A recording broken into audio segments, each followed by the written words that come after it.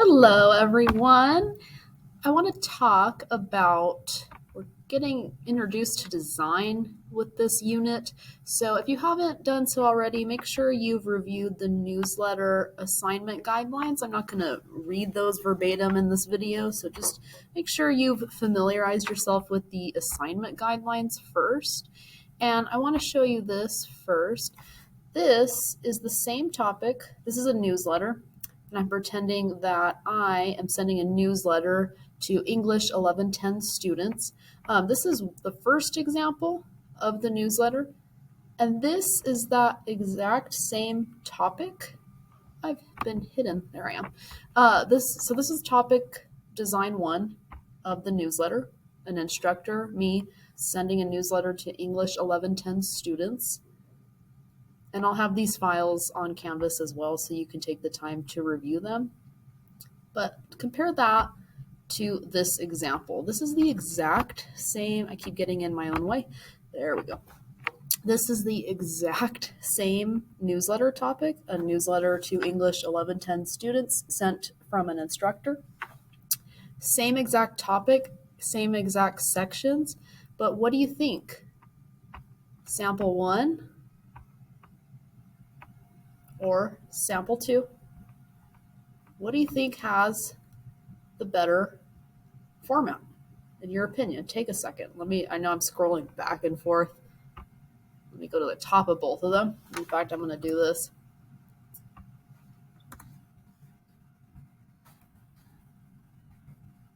So this is sample 1. This is sample 2. Same exact topic, but what do you think? What is more interactive and what is more encouraging for the audience of students to look through? If you guessed this one, sample 2, you are correct. So I'm showing you this as a comparison to break you out of what I'm asking you with the newsletter, breaking you out of that academic design mindset where you don't want your newsletter to look like a research report or an essay, right? It's not exciting visually.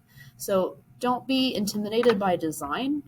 And I am going to talk next about the newsletter, breaking it down into categories and things. So like I said, make sure you've already familiarized yourself with the official assignment guidelines for the newsletter.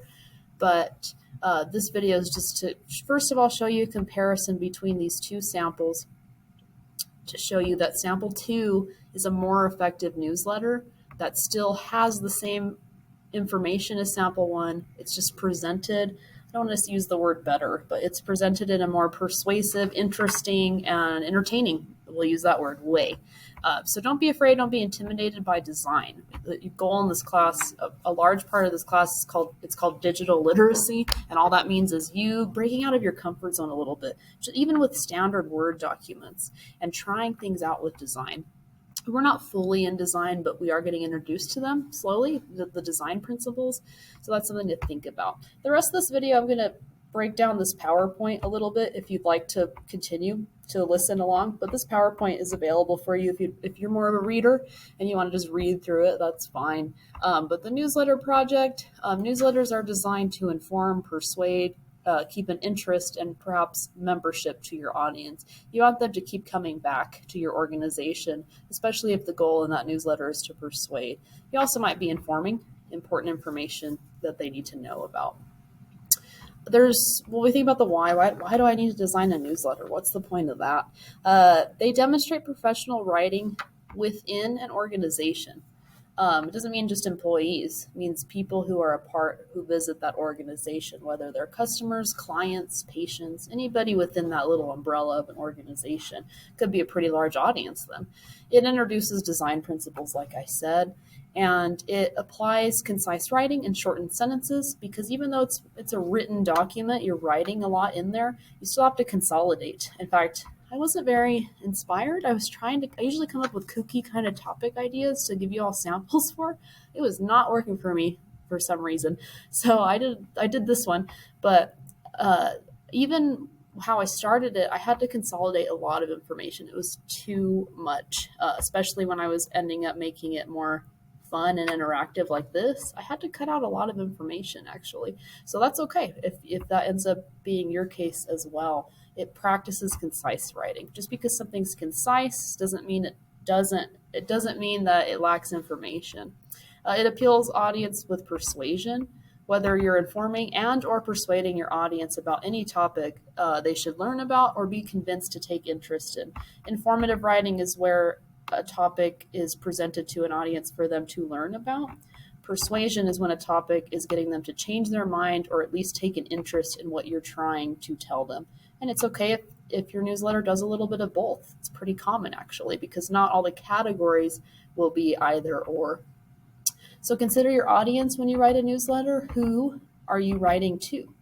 In terms of our assignment guidelines for the newsletter, your audience should already know about your organization, meaning if you're representing a business, it could be customers who have purchased something in the past.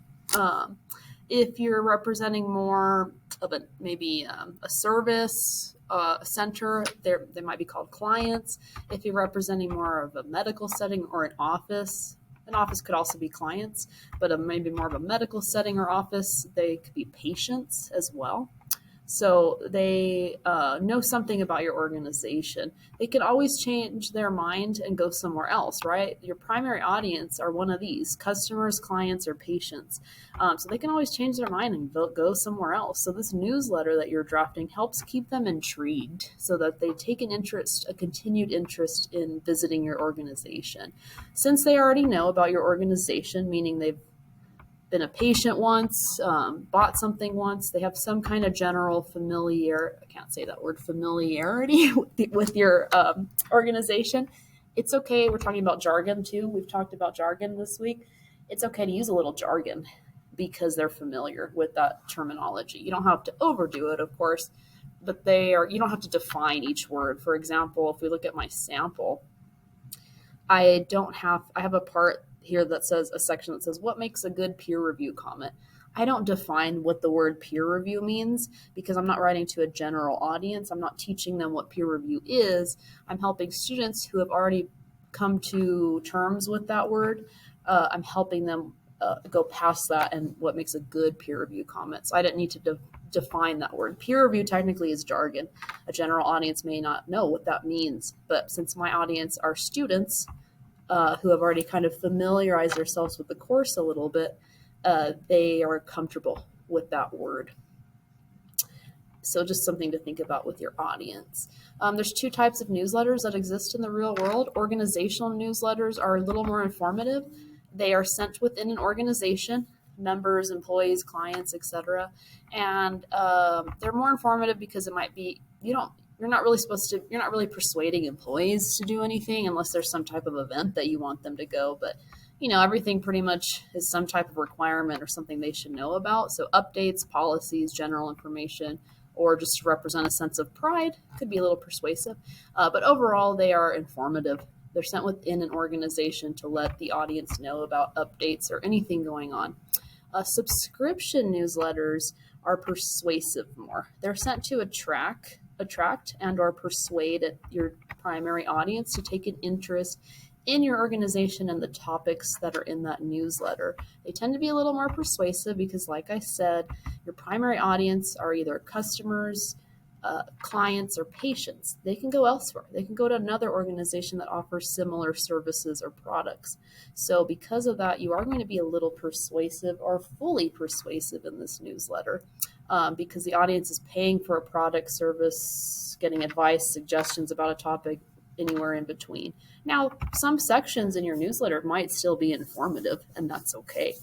But subscription newsletters are what you're focusing on for this project. You will complete a subscription newsletter because, like I said, you're representing an organization, but you're pretending it's being sent out to subscribers, meaning clients, customers, or patients. So they've come to terms with to knowing your organization at one point. Whether they're frequent or have gone just once, that's your discretion and your opinion. So just helpful reminders: identify who you want to represent. meaning what type of organization, a business, an office, a medical setting, a nonprofit, a school. Any organizations can mean anything, right? Anything that has a clear goal, an objective. And that'll help you understand your purpose for the newsletter and also help you understand your audience for the newsletter. Example, are you an online clothing store who sends newsletters to email subscribers? If so, maybe your purpose would be to persuade the audience to keep shopping on your website. Maybe it provides promotional offers. That's just one idea. You're going to use section headings. You need 3 categories within this newsletter. Examples of categories in the samples. I have them in both, but think about how they're presented nicer in sample 2. Reminders is my first section. What makes a good peer review comment? Remember that?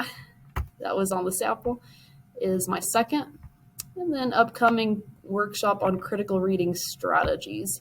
That's my third section. So you need at least 3 sections in the newsletter. You can find them here as well, the same sections. Reminders, what makes a good peer review comment, and upcoming workshop. So it's a little informative too because I'm letting them know about, I want them to go, but it's also informative because I'm letting them know about the workshop. So you need at least 3 categories, sections. They mean sections and categories are synonymous. It means the same thing. Include at least 3 images. Images can be anything, actual photographs or cute little graphics like these. Those are images. They're visuals, so either or both. At least 3 interactive links. This isn't a research paper. You want to use the links just to heighten or emphasize what you're already writing about so that it doesn't get too wordy. Here's an example of one link. I have click here to learn about common feedback responses. Why not use these strategies next time you peer review? Link 2.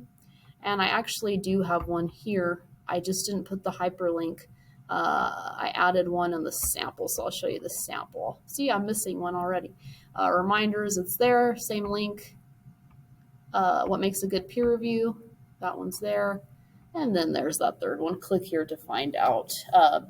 These are visual guides, like I said. Just you can always be better than the samples. It's just a way to kind of compare what I'm looking for to get you to explore design a little bit and break away from this to this.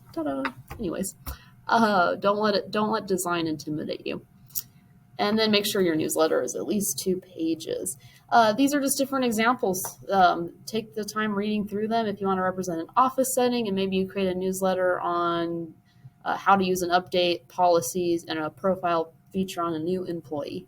An office setting can be anything, right? It doesn't have to be a business. It could be a medical setting, a law office, a real estate office, anything. Marketing office. You can represent a restaurant, a newsletter on monthly menu highlights, recipes customers can mimic, and announcements of a new location. Condominium, apartment complex, monthly high. This one's a little, in fact, this isn't an updated PowerPoint. I deleted this one. This one's a little weird because you are hoping that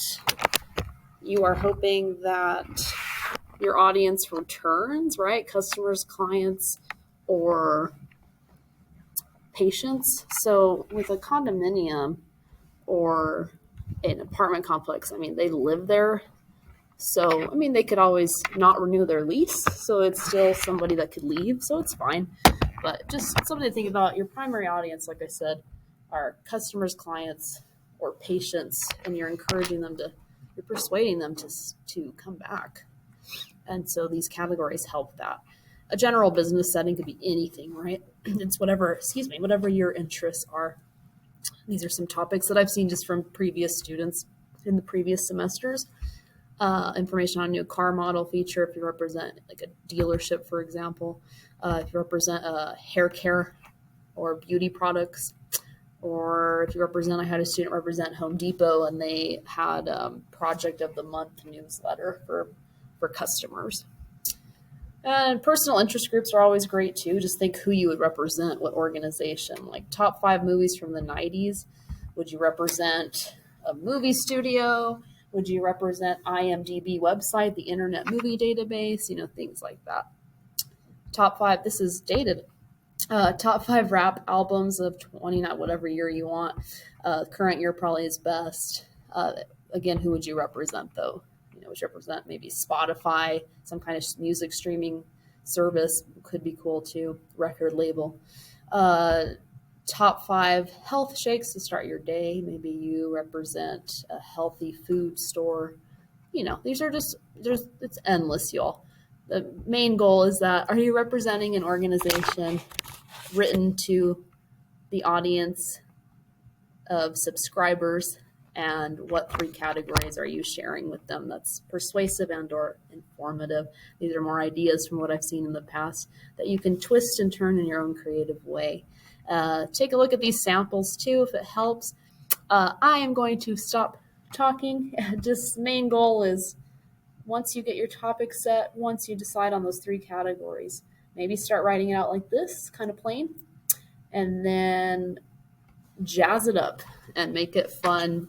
If they were getting it sent to their email inbox, would they return back to your organization? Ask yourself that. And I'm here to help if you get stuck with anything in this process, design principle related, or just writing out ideas. Have a great and awesome day.